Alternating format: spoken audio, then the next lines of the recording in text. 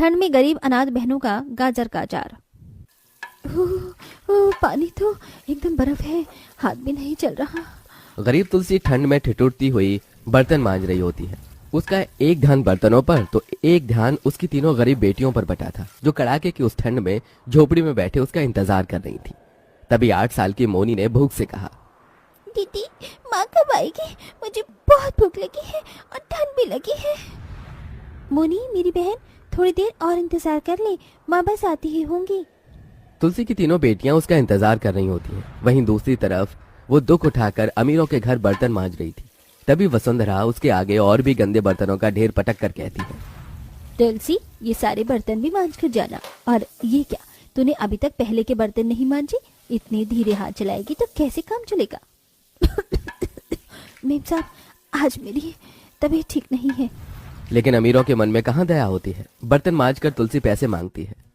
Ma'am साहब देरी हो रही है, पैसे दे दीजिए। आपने कहा था बर्तन के बाद भी देंगे। मजबूरी को समझिए मेम साहब, मेरी बच्चियां घर में भूखी बैठी हैं, एक दाना भी नहीं बनाने को। मैं क्या उन्हें खिलाऊंगी इस ठंड में?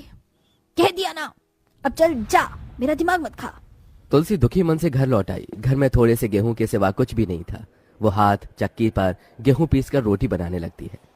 बड़ी मुश्किल से गिनकर 3 रोटी बनी है, अचार के साथ खिला दूंगी। तुलसी ने अचार देने के लिए डिब्बा उठाया तो देखा कि उसमें थोड़े से मसाले के सिवा कुछ भी नहीं था। तभी दुखी मन से उसने कहा, हे भगवान, आज तो अचार भी खत्म हो गया। अब कैसे खिलाऊं अपनी बेटियों को रोटी? इतनी गरीबी क्यों दी है तूने हमें? कहते कहते तुलसी रो पड़ी। तभी गौरी ने कहा, माँ आप हमको यह अचार का मसाला दे दो, हम इसी से रोटी खा लेंगे। गरीबी इतनी थी कि तीनों बहनों ने उस अचार के जार से मसाले से रोटी छुआ छुआ कर खाई और कांपते ठिठुरते सोने लगी। तभी तुलसी ने ठंड में पड़े पड़े कहा, सीमा बेटी, अगर कल को मैं ना रही तो तुझे ही अपनी दोनों बहनों का ख्याल रखना है। माँ तुम ऐसे क्यों कहती हो? तुम्हें कुछ हो गया है क्या? तभी रोते मन से तुलसी ने मन में कहा, तुझे कैसे बताऊं, मेरी बच्ची मुझे कैंसर जैसी भयानक बीमारी लगी है। ढेर बनकर टूट पड़ी और तुलसी सदा के लिए दुनिया को छोड़कर चली गई। पिता का साया तो तीनों से पहले ही छिन चुका था। तीनों बहनें अनाथ हो गईं। दिन बीतते गए, उस घनघोर गरीबी में उनके खाने तक के लाले पड़ गए। दीदी मुझे बहुत भूख लगी है। मुझे भी भूख लगी है दीदी, और इस घर में ठंड भी है। ऐसे में 13 साल की सीमा की हिम्मत भी आधी हो गई। उसने चिंता से कहा, मोनी, गौरी, बहनों, घर में बनाने को एक भी दाना नहीं, मगर हमारे पास खेत तो है, क्यों ना हम वहाँ से गाजर उगाएं। अब 7 साल की मोनी और 11 साल की गौरी दोनों भी उस ठंड में भी खेत में सीमा का हाथ बटाती और भूख लगने पर तीनों बहन रूखी सूखी रोटी और अचार खाकर गुजारा करती। उफ दीदी, ये जमीन तो बहुत ही बंजर है। इसको जोतने के लिए ठंड में 3 दिन से हम लगे हुए हैं, मगर कुछ नहीं हो पा रहा है। आज के लिए इतना बहुत है, चलो घर चलते हैं।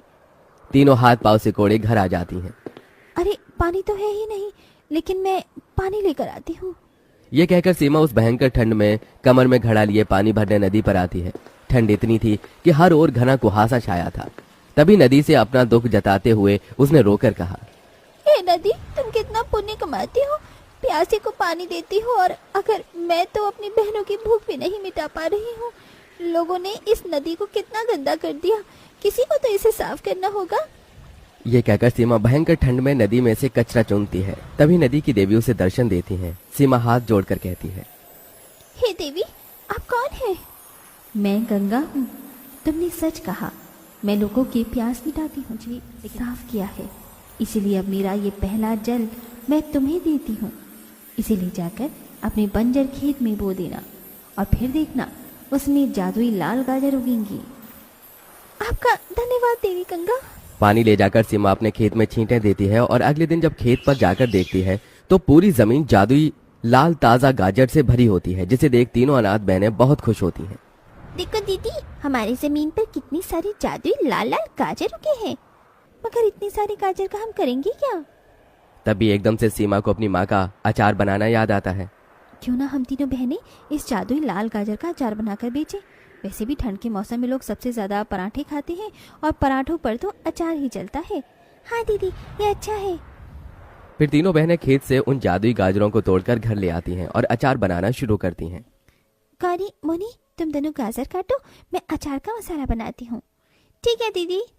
तीनों बहनें अचार बनाकर उसे बेचने के लिए ठंड में बाजार में आती हैं, जहां ठंडी ठंडी हवाएं चल रही थी। लोग सर्दी के उस सुहावने मौसम में घूमने फिरने निकलने पर वो तीनों बहनें कमाने के लिए निकली और 11 साल की गौरी धुआंधार आवाज लगाती है। आओ आओ आओ चाचा काका मौसी, और खाओ ठंड में मस्त स्वादिष्ट गाजर का अचार। एक बार खाओगे बार बार खाओगे। एक एक करके लोग अचार खरीदने उनके पास आने लगे और उनकी पहली ग्राहक बनकर आई अमीर घर की अर्पिता। अरे क्या भाव दिया है ये गाजर का अचार, जरा तभी एक फाक तपा- चखा दो। हाँ हाँ मैडम जी, लीजिए ना, खाकर देख लीजिए। जैसे वो ग्राहक गाजर के अचार का एक फांक खाती है तभी खुश होकर कहती है, अरे वाह, तुम तीनों बहनें तो बहुत ही बढ़िया अचार बनाती हो। किसने सिखाया, माने? ये सुनते ही तीनों की आंखें भर आईं। हमारा कोई नहीं है मैडम जी, हम तीनों बहनें अनाथ हैं। ये सुनकर अर्पिता का दिल निकल आया और उसका ध्यान तीनों पर गया। न तो उनके तन पर गर्म कपड़ा था और न पैरों में जुराब या चप्पल। तभी दया से भरकर उसने कहा, तुम 1 किलो गाजर का अचार मुझे बांध दो, और ये 500 अलग से तुम्हारे लिए स्वेटर खरीद लेना। तभी सीमा ने कहा, मैडम जी, हमें ये पैसे नहीं चाहिए। मैं कहती थी कि किसी से ऐसे पैसे नहीं लेती, कर्ज चढ़ता है। उनकी खुददारी देखकर अर्पिता को खुशी तो हुई, मगर ठंड से उनका कांपता शरीर देखकर दुख भी हुआ। कुछ सोचकर उसने कहा, ठीक है, फिर तुम मुझे 5 किलो गाजर का अचार तोल दो। ये लीजिए मैडम जी, ये तुम्हारे पैसे। शुक्रिया मैडम जी। इसके बाद तो जैसे अचार खरीदने वाले लोगों की भीड़ लग गई। 2 किलो गाजर का अचार मुझे भी तोल देना। 3 किलो गाजर का अचार मुझे भी तोल देना। ठंड में इतनी सस्ते में घर जैसा अचार कहाँ ही मिलता है। धीरे धीरे उन तीनों बहनों का गाजर का अचार व्यापार ठंड के उस बाजार में बहुत छा गया। अब वो जितना भी अचार बनाती हाथों हाथ सारा बिक जाता। दीदी, हमारी गाजर का अचार तो कितना बिक रहा है। हाँ छोटी, अब हमारे दुख के दिन बस थोड़े दिन में ही अब हमारे पास रहने के लिए अच्छा घर बना दूंगी। फिर मैं इस झोपड़ी में रहकर ठंड नहीं सहना चाहती। ऐसे ही दिन बीतते गए और बाजार में रोज ठंड में गाजर का अचार वो बेचा करती। लाल लाल गाजर ले लो, लाल लाल अचार के लिए ताजी ताजी गाजर का अचार ले लो। पहले आओ पहले पाओ, बढ़िया चटपटा अचार खाओ। पूरे बाजार में उनके अचार की बिक्री सबसे ज्यादा होती, जिससे कमाई गए पैसे को सीमा घर के लिए पहुंच गया। आखिर में वो अपनी दोनों छोटी बहनों को ठिठुरन देखकर घर के लिए कंबल और हीटर खरीद ले आई और तीनों सुख से रहने लगी।